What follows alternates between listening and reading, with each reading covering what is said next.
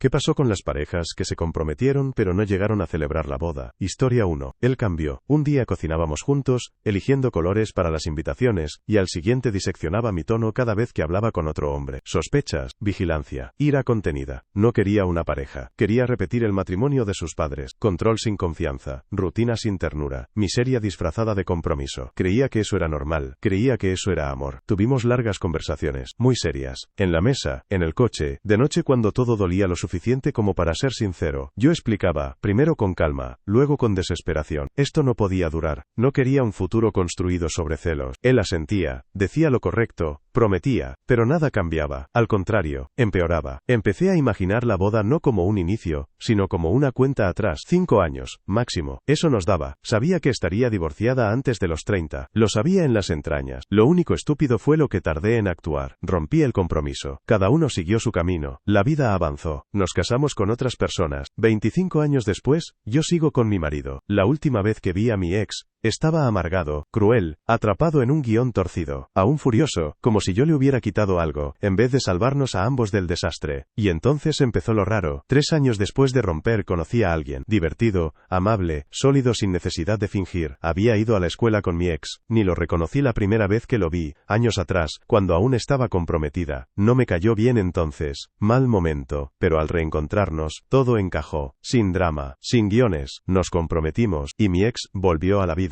Como un reflejo distorsionado. Empezó a salir con una mujer con el mismo nombre ambiguo que mi prometido. ¿Casualidad? Tal vez. Pero luego vino lo grotesco. Nosotros fijamos una fecha de boda. Él fijó la suya. Una semana antes, mi marido pidió a un amigo cercano ser su padrino. Una semana después, mi ex hizo lo mismo, con el mismo hombre. Era extraño, casi teatral, como si intentara competir en una carrera en la que yo ya no estaba. Pero yo ya estaba lejos. Historia 2. Él había visto las señales desde el principio. El mal genio. Las palabras cortantes por cosas pequeñas.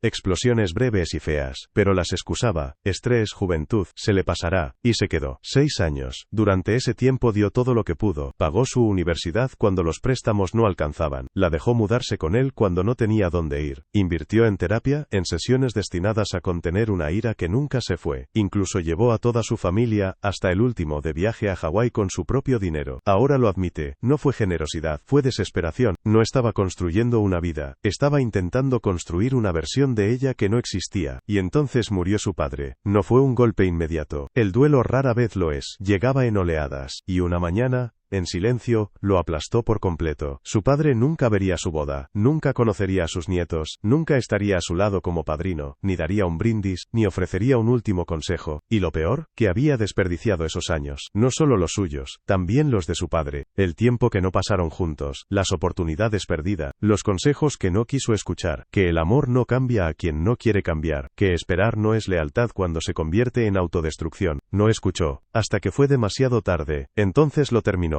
Decidió dejar de salvar a alguien que no quería ser salvada, dejar de sacrificarse por un futuro que nunca iba a llegar. Y el aire de pronto se volvió más liviano. Historia 3. Me pidió matrimonio una semana antes de irse al entrenamiento de oficiales. Aún no estábamos casados, así que yo no podía acompañarlo. Y no quiso vivir juntos antes de la boda. Tradición, valores, o simplemente una excusa conveniente. La primera fecha fue en Navidad de ese año. Encargué las invitaciones, copos de nieve y letras doradas. 2 meses antes me llamó. Dijo que necesitaba más tiempo. Lo dijo suave, habló de entrenamiento de estrés familiar, palabras vagas, barreras firmes. Cambiamos la boda para el Día de Acción de Gracias del año siguiente, más margen, más planificación. Él ya estaba en la escuela de pilotos. Pensé que esa era la razón de su primera retirada. Cansancio, miedo. Esa segunda fecha duró un poco más, pero cuando todo volvió a hacerse real, proveedores reservados, vestidos de damas de honor listos, retrocedió. No estoy listo, dijo, esta vez sin excusas. Solo eso, no listo. Yo seguí allí. 5 años invertidos, una vida construida alrededor de él. Fijamos una tercera fecha, después del entrenamiento, tiempo de sobra para que lo pensara. 3 meses antes todo estaba en marcha. Mi vestido en el armario, lista de invitados cerrada, trajes ajustados, depósitos pagados, invitaciones enviadas, y pidió aplazar otra vez. Ni siquiera sonaba arrepentido, solo dijo que quería seguir comprometidos. Para entonces ya lo destinaban a otra base, otro estado, salidas constantes. Tendría ventanas de apenas unos días, y si yo quería verlo tendría que dejar todo, conducir 6 horas, rezar para que no lo reasignaran. Ese era el futuro que me ofrecía. Silencio y espera. Le devolví el anillo. Conservaba, ingenuamente, la esperanza de que reaccionara, que me tomara la mano, que dijera que yo importaba más que la distancia y las excusas. Pero no, recibió el anillo como quien recibe cambio en monedas. Todavía quedaban 2 días en esa visita. Yo, al otro lado del país en una habitación que de pronto parecía de huéspedes. Él no dijo nada a nadie, sin explicaciones. Sus amigos me escribieron preguntando por la boda, y tuve que contestar yo. Cancelé todo, salón, DJ, catering. Él no movió un dedo. El vestido quedó en casa de mis padres. Intenté venderlo una vez, nadie lo quiso. 2 años después me enteré por un conocido. Se había comprometido otra vez. Él con 30, ella con 17, su iglesia, su círculo. No necesité detalles. Ya había visto ese patrón. Nunca me amó. Amaba la forma de la devoción. Necesitaba a alguien en órbita, que alimentara su reflejo, que llenara su vacío. Y lo consiguió. Historia 4. Me contó la historia como si le hubiera pasado a otra persona. Al principio era normal. Convivían, hacían la compra, pagaban el alquiler, cumpleaños, cuidar al perro del primo, nada espectacular, solo rutina. Luego llegó el compromiso, y ahí todo cambió. Ella dejó de tomar anticonceptivos, sin aviso, sin conversación, simplemente los abandonó. Dijo que quería quedarse embarazada antes de la boda, que sería romántico, caminar hacia el altar con el futuro ya dentro. Él dijo que no, no porque no quisiera hijos, sino porque era demasiado pronto, demasiado forzado, mal planteado. Entonces empezaron las acusaciones, que si de verdad la amaba, ¿no querría un hijo ya? ¿No probaría así su compromiso? Cada pausa suya se convertía en una traición, cada duda, en prueba de que no estaba del todo con ella. Aguantó, incluso después de cancelar la boda, una semana antes de la fecha, no se fue. Siguió 6 meses más, hasta que apareció un nuevo contrato de alquiler, un piso de 2 habitaciones, su nombre escrito allí, sin conversación, sin firma, solo un hecho consumado. Cuando la enfrentó, ella dijo, pero lo hablamos, como si bastara, como si el consentimiento implícito valiera tanto como una firma. Eso tendría que haber sido el final, pero no lo fue. Finalmente la dejó, pero el daño ya estaba hecho. Revisando sus cuentas tras la ruptura, vio cosas raras, facturas que no cuadraban, extractos desconocidos. Descubrió que ella había abierto una tarjeta de crédito a su nombre. La usó para pagar su parte de los gastos después de que él cancelara la boda, pero antes de marcharse. No grandes compras, servicios, alquiler, comida, fraude silencioso. No la denunció. Todavía la quería, dijo, incluso entonces, incluso después de quedarse con deudas, crédito dañado, y un banco que ya no confiaba en él. Le pregunté qué lo detuvo de ir a la policía. Él se encogió de hombros, dijo que no era de ese tipo, que prefería asumir el golpe antes que verla atravesar algo peor. Historia 5. Nos conocimos en la universidad, mismo dormitorio, la misma ansiedad por empezar de nuevo. Ella era inteligente, curiosa, intensa, de una forma que al principio halagaba. Yo tenía 20, ya con algunas relaciones largas detrás. Ella aún terminaba la secundaria, adelantando créditos universitarios. La diferencia de edad no parecía importar entonces. Conectamos rápido. Un torbellino, a la semana ya pasábamos los fines de semana juntos, y se volvió serio demasiado pronto. En mi segundo año, la aceptaron en un exclusivo colegio femenino de la costa este, de esos nombres que abren puertas sin mirar atrás. Se mudó, y todo cambió. Casi de inmediato empezó a presionar con la idea del matrimonio real, que yo dejara mis estudios, me mudara con ella, construyéramos vida juntos, nada de veamos cómo va la distancia. Ella quería certeza, yo dudaba, no por falta de cariño, sino porque sabía que nunca había tenido una relación que durara más de un curso escolar. Tenía 18, apenas empezaba la adultez. Intenté decírselo sin sonar condescendiente. No escuchó, o no quiso. Al final cedí. La visité antes de sus finales, nos comprometimos. Estaba radiante, eufórica. Mostraba el anillo a todos. No paraba de llamarme. Por una semana, yo también lo creí. Luego asistió a un evento. Un político europeo daba una charla. Viejos títulos, viejo dinero, viejo encanto. Después, él se le acercó. Mi hijo busca esposa americana. Ella rió. Dijo que estaba comprometida, pero aceptó almorzar con el hijo, según ella, como Celestina para sus amigas. Incluso me pidió permiso, asegurando que no pasaba nada. Le creí, aunque ya sentía esa inquietud. Conocía bien el guión. Todo está bien. Justo antes de desaparecer, pasaron unos días. Su tono cambió. Donde antes llamaba varias veces al día, ahora había silencio. Donde los mensajes eran rápidos, ahora eran secos y lentos. En mi cumpleaños, nada. Ni un perdona estoy ocupada. Nada. Finalmente llamó. Y empezaron los relatos. Un fin de semana en el Caribe. Un baile en Europa. Yates. Chefs privados, champán antiguo. Lo contaba como si leyera un diario ajeno. No hablaba de sentimientos, pero no hacía falta. Se notaba en la voz. Ya no estaba. Y lo creo, me amó, de verdad. Pero hay diferencia entre amar y elegir, entre sentir intensamente y sostenerlo cuando aparece algo más brillante. No creo que quisiera traicionar. Creo que vio un cuento de hadas y lo agarró sin dudar. Se casaron. Un verdadero sueño de realeza. Historia 6. Nos conocimos jóvenes y nos unimos rápido. A los 3 años ya estábamos comprometidos. No hubo gran gesto, ni espectáculo, solo la certeza de un futuro compartido. Teníamos planes, incluso un calendario tentativo. La boda no era inmediata, queríamos ahorrar, hacerlo bien. Y entonces llegó la sorpresa. Nuestro hijo no estaba en los planes, pero desde el instante en que nació, todo lo demás quedó atrás. La boda se pospuso, las finanzas se apretaron, noches sin dormir, pañales, trabajos. Nos adaptamos, o lo intentamos. La vida se volvió logística, pero todavía reíamos, todavía compartíamos lo pequeño, al menos al principio. Después vino la llamada. Su padre, terminal, sin plazo, sin tratamiento, solo un reloj que avanzaba, y fue ahí cuando ella empezó a cerrarse, no solo emocionalmente, también físicamente. Salía de la habitación durante conversaciones, tardaba más en dormir al niño, dejó de buscar contacto, incluso de mirarme. Yo trataba de estar presente, de ayudar más en casa, con nuestro hijo, no importaba. Las peleas crecieron, dishes, calcetines, compras, tonterías que se volvían gritos. No eran las palabras, era el trasfondo. Ella lloraba por su padre, yo lloraba por nosotros. Su padre murió en San Valentín, 4 años juntos. Ella no lloró, solo se quedó quieta, con nuestro hijo en brazos mirando a la nada. Después de eso, la distancia se volvió un muro. Al 5.º año supe que pendíamos de hilos, más peleas, más silencios. Una noche, tras una discusión dura, decidí probar algo distinto. Salí del trabajo temprano, compré vino, flores sencillas, quise dar una señal de paz, un reinicio. Al entrar a la casa lo sentí al instante, algo estaba mal, el silencio era demasiado hondo, sin juguetes, sin televisor, la cuna había desaparecido, sus zapatos ya no estaban junto a la puerta, el armario vacío. No era solo silencio, era ausencia. Sobre la cama, el anillo, nada más, sin nota, sin explicación, sin llamada. Más tarde escribió, que ya no sentía amor, que todo había cambiado, y que se había sostenido solo por nuestro hijo. Tal vez pensó que yo también lo sabía. No así. Ahora todo es funcional, civilizado. Veo a mi hijo 3, a veces 4 días por semana. Ya no discutimos, tampoco hablamos, más allá de lo necesario. A veces la veo sonreírle en el retrovisor, y siento un filo de algo. Pérdida, añoranza, tal vez ambos, pero no dura. Ella siguió adelante. O sabe fingirlo bien. Yo aún la amo, en silencio, como se ama algo que fue tuyo y ahora vive detrás de un cristal. Y acepté que de aquí no hay regreso. Historia 7. Primer amor. Primer gran error. Él no sabía cómo debía sentirse, que era una relación sana. Así que cuando empezaron a aparecer las reglas, pensó que era normal. Al principio pequeñas cosas. Ella quería saber dónde estaba, con quién hablaba, qué hacía. Le pareció atención, interés, pero aquello sacó colmillos. Nada de amigos, ni uno. Ella decía que eran distracciones, malas influencias. Cualquier vínculo más allá de ella era una amenaza, así que desaparecieron. Luego internet, demasiadas ideas externas, según ella. Televisión, no. Películas, solo las que ella aprobara. Libros, únicamente si conocía el final de antemano. Ella no quería pareja, quería propiedad. Y él cedió, durante un tiempo, porque ella envolvía todo en el lenguaje del amor. Si de verdad me quieres lo harás por mí. Y lo hacía, una y otra vez, pero el control nunca se queda quieto. Después del compromiso, se apretó más. Cada hora debía estar justificada, cada palabra filtrada. Él existía para servir sus planes, sus estados de ánimo, su comodidad. Hasta que un día ella dio una orden, algo mínimo, ya ni importa qué. Y él dijo no, solo una negativa. Y bastó. Ella le dijo que si no hacía lo que pedía no podía casarse con él. Y así, de forma abrupta, fría, calculada, rompió el compromiso. Él pensó que había terminado. Pero unos meses después, ella llamó. Como si nada. Dijo que la ruptura no era definitiva, que la distancia era para despertarlo, que debía volver arrastrándose. Así funcionaba siempre. Empujar, tirar, castigar. Cada ruptura era una prueba. Y siempre esperaba que él fallara. Pero esta vez no. Él dijo no. Y esta vez, ese no se quedó para siempre. Historia 8. Trabajaba en el departamento de retención de una compañía de DSL. Era un rincón raro dentro de un call center. Allí realmente se podía ayudar. Los clientes llamaban enfadados por sus facturas, y yo podía arreglarlas. Tenía las herramientas herramientas, la autoridad, y me gustaba hacerlo. No odiaba el trabajo. Y entonces, todo cambió. La empresa cerró el departamento de un día para otro. Sin aviso. Nos pasaron a soporte general. De repente, en lugar de resolver problemas, tenía que justificarlos. Explicar a la gente por qué su factura había subido al doble, y por qué eso era correcto. Era asfixiante. Cada llamada arrancaba un pedazo. Empecé a odiar los auriculares. A odiar quién era en ese lugar. Me fui. Decidí volver a estudiar. Quería algo mejor. Algo que significara más que un sueldo. Mi prometido me apoyó. Dijo que estaba orgulloso. Hablábamos del futuro como si ya estuviera escrito. Hijos, viajes, trabajos con propósito. Cogí un empleo a tiempo parcial en el campus, suficiente para gasolina y comida, pero no para cubrir lo que antes aportaba. No alcanzaba para mi mitad del alquiler, ni para mi mitad de las facturas. Ese peso cayó sobre él, y entonces, algo en él también cambió. No lo dijo de frente, no al principio, solo señales pequeñas, menos contacto visual, respuestas cortas, bromas que no eran bromas sobre ser el único que trabajaba. Veía cómo se le borraba el respeto de la cara cada vez que recordaba un pago pendiente. Las peleas se volvieron rutina, en la cena, en aparcamientos, entre clases. Yo no pedía lujos, solo que no nos cortaran el agua, pero daba igual. Me hacía sentir como si querer estabilidad fuera un capricho, como si intentar construir un futuro fuera una carga que él no había firmado. La última discusión fue por una factura mínima, retrasada unos días. Le recordé, y explotó, un discurso torcido sobre lo duro que trabajaba mientras yo jugaba al estudiante. Lo miré y entendí. El hombre con el que pensaba construir mi vida ya no existía. Así que terminé la historia. Historia 9. Él se fue por mensaje de texto. Fue el inicio del final, pero no el principio de la historia. Estábamos comprometidos. Yo tenía 23. Él era un poco mayor. Lo justo para hacerme creer que sabía más. No lo sabía. O sí, pero nunca le importó. Lo llamó fin de semana de chicos. Yo no pregunté. Ya estaba acostumbrada a no hacerlo. No le gustaban las preguntas. Esa noche, a la 1:07 de la madrugada, llegó el mensaje. Corto, definitivo. 4 años reducidos a una frase. Él había decidido, y al parecer, yo no necesitaba estar allí para decidir con él. 4 días después apareció de nuevo, como si solo hubiera olvidado la cartera en un bar. Entró al apartamento, recogió libros, calcetines, evitó mi mirada. En el armario había una caja con su nombre. Se la di. No dijo nada. Solo la tomó y salió. La siguiente parte la supe después. Una de sus amantes había alquilado en el mismo complejo, 3 edificios más allá. Su cocina daba justo a mi ventana. No fue azar, fue estrategia. Yo mantuve las persianas cerradas. Ellos, no. Pasaron semanas, luego, meses. Su mejor amigo empezó a venir. Al principio, decía, para ver cómo estaba. No me importaba la razón. Necesitaba algo normal. Hablábamos mucho, nunca sobre él, hasta que sí, salió de golpe. La infidelidad no era nueva, ni siquiera personal. Yo era la tercera. El mismo patrón, el mismo final. El amigo lo sabía. No me lo dijo porque no era asunto suyo, pero sí me dijo esto. Me había querido desde el primer día. Esperó. Observó cómo todo se desmoronaba, como siempre. Y parecía avergonzado de lo aliviado que estaba al confesarlo. Después todo se volvió difuso. El duelo ya no parecía duelo. Yo había visto lo peor en un hombre y la paciencia silenciosa en otro. No lo planeé. Simplemente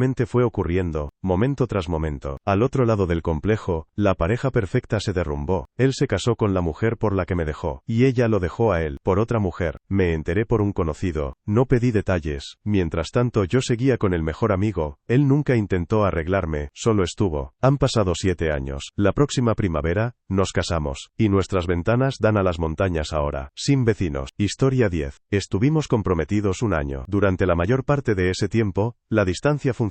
Nos veíamos de viernes a domingo, y el resto de la semana cada uno tenía su espacio. Eso nos daba aire, nos permitía echarnos de menos. Y así, manteníamos el equilibrio, hasta que se transfirió a mi universidad. Mismo campus, mismas aulas, mismos pasillos. De pronto estábamos juntos todos los días, y enseguida noté algo distinto, no un desastre, solo un malestar sutil, como si el ritmo que habíamos aprendido en la distancia se deshiciera al estar demasiado cerca. Hablamos mucho, conversaciones largas, serias, sin gritos, sin drama. Ella dijo que necesitábamos un descanso. Yo intenté resistirme, no quería soltar. Aún creía en lo nuestro, o al menos en la idea que yo tenía de lo nuestro, pero ella seguía alejándose. Un par de semanas después, hablamos por teléfono. Me contó que había salido con alguien, un viejo amigo de su ciudad. Y ahí lo entendí. No dolió por la traición, sino porque supe que para ella ya había terminado. Yo seguía en el mismo sitio, ella ya estaba en otro camino. Me llevó tiempo asimilarlo. El silencio que sigue a un compromiso roto suena más fuerte de lo que la gente cree, pero también se desvanece. Han pasado 4 años. Ahora estoy casado. Mi hijo tiene 13 meses. Y cuando lo miro dormir, nada más importa. El dolor antiguo ya no pesa, solo queda la lección. Escuchar mejor, valorar la presencia, reconocer cuando alguien ya se ha ido por dentro. Historia 11. Ella llevó el anillo 8 meses, lo suficiente para reservar un salón, un vestido y un futuro que ninguno de los dos había pensado de verdad. Él era judío, ella criada bautista del sur. Mientras salían no importaba, restaurantes, viajes, conciertos, sexo, bromas sobre Navidad y Hanukkah. A ella le encantaba el brisket de su madre. Él decía que su familia rezaba demasiado fuerte, era gracioso, hasta que dejó de serlo. Con el compromiso, cada detalle se volvió permanente. La boda dejó de ser celebración y se convirtió en negociación. Él quería tradición, la jupá, romper la copa, sin pastor. Ella quería vestido blanco y que leyeran en voz alta el versículo de la Biblia de su abuelo. Ninguno cedía. Cada discusión abría otra herida. Él la llamaba intolerante. Ella lo llamaba terco. Lloraban los dos. Más de una vez ella preguntó, ¿por qué importa tanto? Y eso solo empeoraba todo. Se acabó una semana antes de la boda. El lugar pagado, invitados confirmados, vestido colgado junto a la puerta. La última pelea ya no fue sobre la ceremonia, sino sobre lo que venía después. Hijos, fiestas, fe, todo lo que habían evitado finalmente se plantó en medio de la sala, imposible de esquivar. Se marcharon con nada más que facturas y silencio. Unos meses después otros amigos, ella católica, él mormón, anunciaron compromiso. Cualquiera pensaría que habrían aprendido de la primera pareja, pero no. Ella dijo, en todo lo demás estamos de acuerdo, y él asintió, como si eso bastara. La boda fue en un parque público, sin símbolos, sin escrituras, un compañero militar como oficiante, una fiesta sin bandos. Ahora quieren hijos, y todo se está desmoronando. Bautismo, catecismo, ropa del templo, padrino. Es una guerra fría de silencios y resentimiento pasivo. Él sueña con veranos en Utah, ella con misa en latín. Ninguno sabe cómo criar a un hijo dentro de un compromiso así, y yo me repito siempre la misma pregunta, ¿cómo puede alguien entrar en un para siempre, sin preguntarse primero cómo luce ese para siempre? Historia 12. Estuvimos juntos 9 años y medio, los 10 iban a ser el hito, la boda marcada en nuestro aniversario, un círculo cerrado, una década sellada con votos, poético, limpio, correcto, pero empezó a quedarse más en el trabajo, al principio nada alarmante, reuniones, afterworks,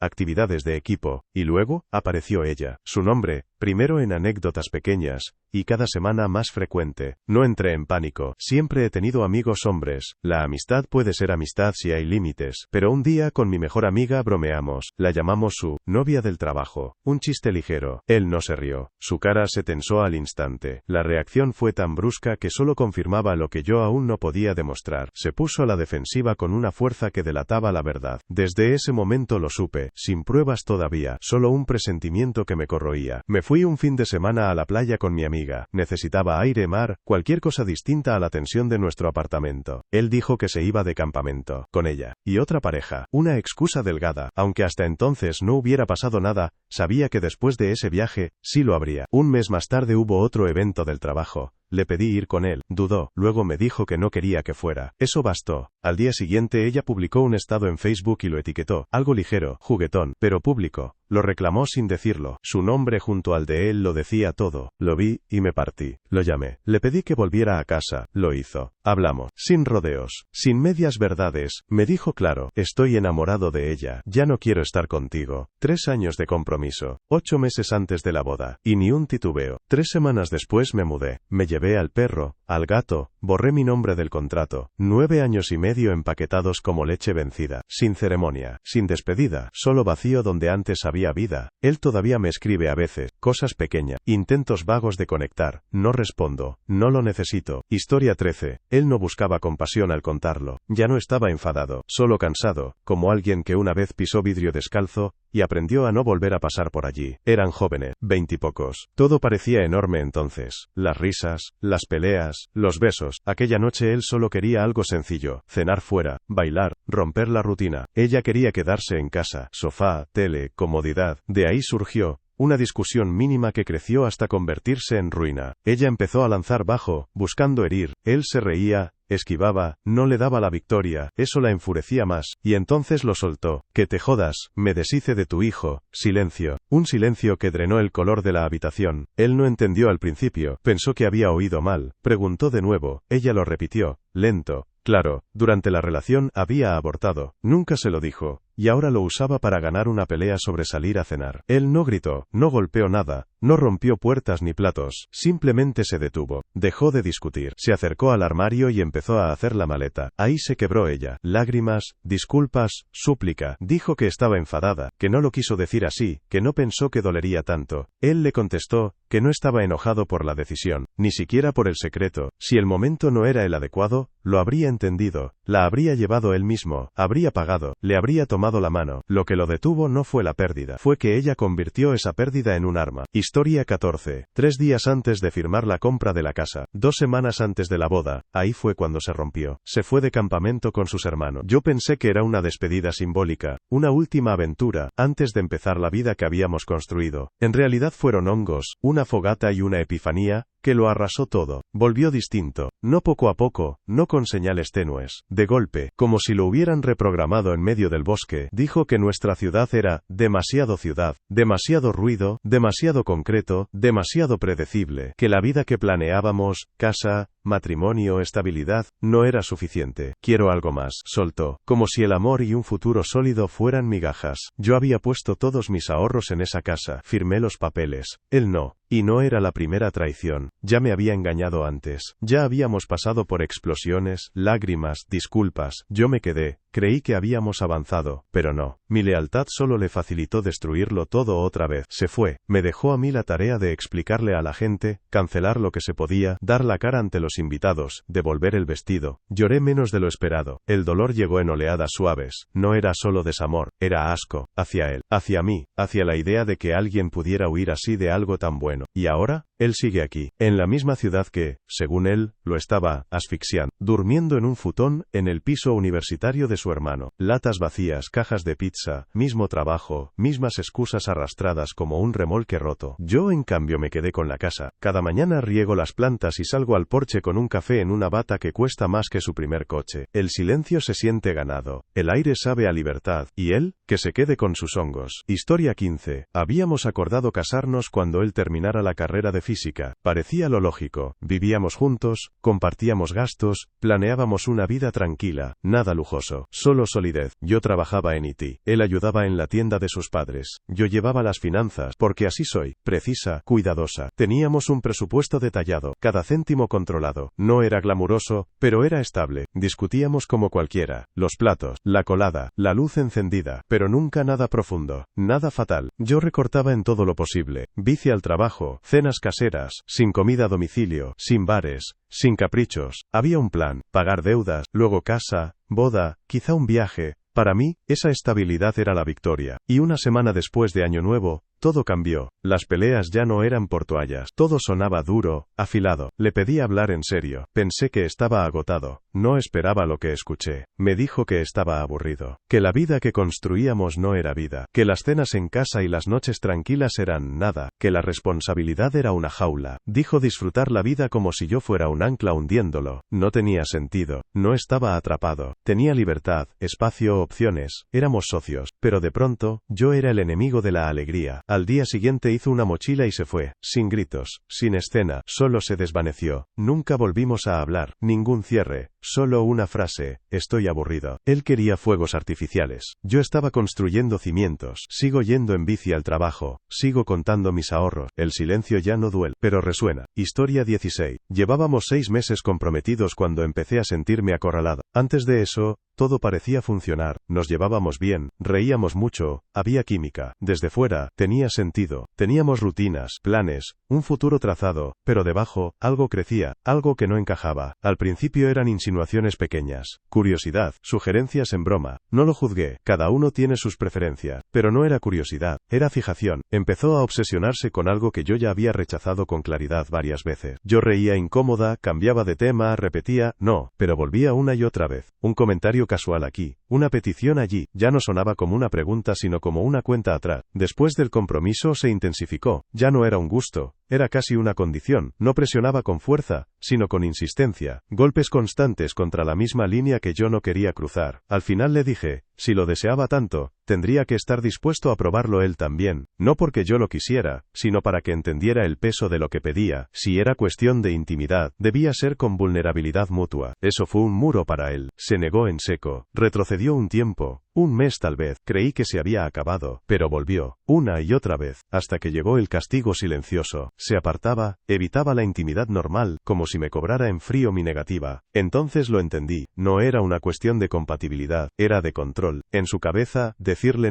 no era rechazar un acto, era rechazarlo a él, y no podía separar las dos cosas. Así que me fui. Historia 17. Habían estado juntos 5 años, comprometidos durante 1 y medio. Él nunca fue celoso. Ella trabajaba rodeada de hombres. Él lo aceptaba. Confiaba en ella. Le daba espacio, amistades, su propia vida. Cuando ella dijo que la fiesta de Navidad era solo para empleados, él no preguntó. Le deseó que se divirtiera, y se quedó en casa. Ella volvió a las 4 de la mañana, borracha, murmuró, te amo, se acurrucó a su lado, lo besó y se durmió con el peso lánguido de quien lleva demasiado alcohol encima. Él no pensó nada raro, no entonces, pero días después, todo se quebró. Un amigo suyo, casado con una compañera de ella, le preguntó sorprendido, ¿por qué no fuiste a la fiesta? Todos habían llevado pareja, era lo esperado. El estómago se le hundió. Primero rumores, susurros, luego hechos. No fue un hombre, fueron 4. Empezó con uno, después se unió otro, luego 2 más, incluido su jefe, un hombre de 60 años, sin protección, sin dudas, y sin alcohol. Estaba sobria, según varios testigos. Aparecieron fotos, pruebas. Él las vio